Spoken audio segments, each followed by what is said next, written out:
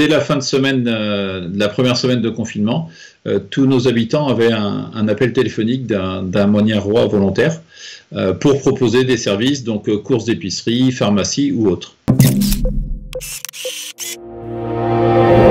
Je m'appelle Benoît Couteau, je suis maire de la commune de Monnières en Loire-Atlantique, juste au sud de Nantes, dans le cœur du vignoble du Muscadet. On est une commune rurale de 2250 habitants.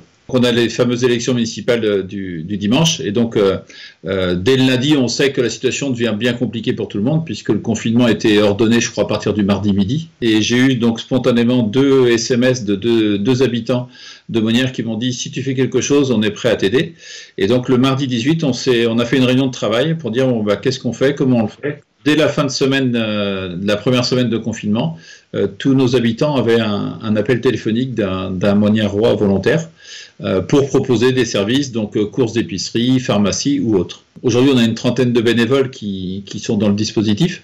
Ils sont tous embauchés, entre guillemets, sous convention avec la mairie. On a tous les âges puisque la plus âgée a 72 ans. Alors, elle travaille au téléphone seulement, on ne lui demande pas de sortir parce qu'il faut qu'on soit prudent quand même. Il y a des gens qui sont soit en chômage partiel, qui sont soit en arrêt pour garder leurs enfants, qui sont en télétravail mais qui ont des disponibilités dans leur télétravail pour faire de l'appel téléphonique. Il y a tous les profils. Il y a des indépendants. Comme on est sur une commune viticole, on a des vignerons aussi qui en même temps qui font leur activité peuvent rendre service. Donc on a vraiment tous les profils. Alors pourquoi on fait ça? C'est que c'est important de se dire qu'on est en territoire rural. La solidarité fonctionne plutôt bien dans notre commune, comme dans beaucoup de rurales, je pense, entre voisins, mais on peut avoir des gens qui sont à côté, qui sont oubliés de tout le monde pour plein de raisons. C'est toujours compliqué à savoir pourquoi.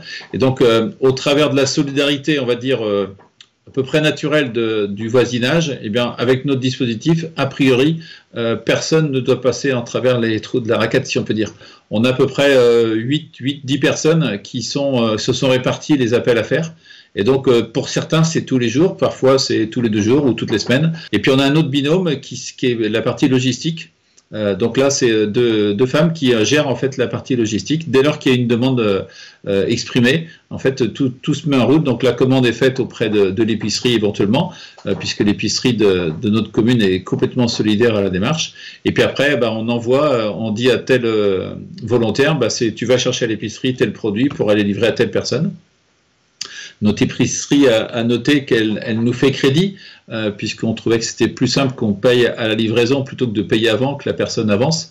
Nous avons 2 médecins et 2 infirmières sur notre commune. On est plutôt bien doté hein, sur notre commune, on a cette chance-là. Et entre autres, le médecin nous a dit maintenant, il y a plus d'une semaine, ouais, une semaine et demie, je vous encourage vivement à porter des masques tissus. À défaut de masques homologués. Et je vous encourage à le dire à nos personnes âgées qui portent des masques dès lors qu'ils sont en situation éventuellement de risque, si par exemple ils vont acheter leur pain tout seuls dans le bourg de la commune. Et donc on a une équipe de couturières qui fabrique des masques. Au début, ils ont fabriqué des masques tissus double épaisseur et depuis, avec le tuto de Grenoble, du CHU de Grenoble, ils sont en train de refabriquer des masques en 3 épaisseurs avec une fibre particulière au milieu, je dirais plus le nom que c'est, pour apporter un peu de sécurité et de protection tant à nos bénévoles solidaires qu'aux personnes qu'on visite. Est-ce qu'il y aura un avant et un après à Monnières? Oui, sans doute. Sans doute que l'après sera un avant renforcé, puisqu'on était déjà sur une démocratie participative fortement développée. J'avais à peu près 5-6% de la population qui était impliquée dans la vie municipale. Et là, je vois de nouvelles personnes qui arrivent. Donc j'ai bon espoir que notre démocratie participative se développe encore plus.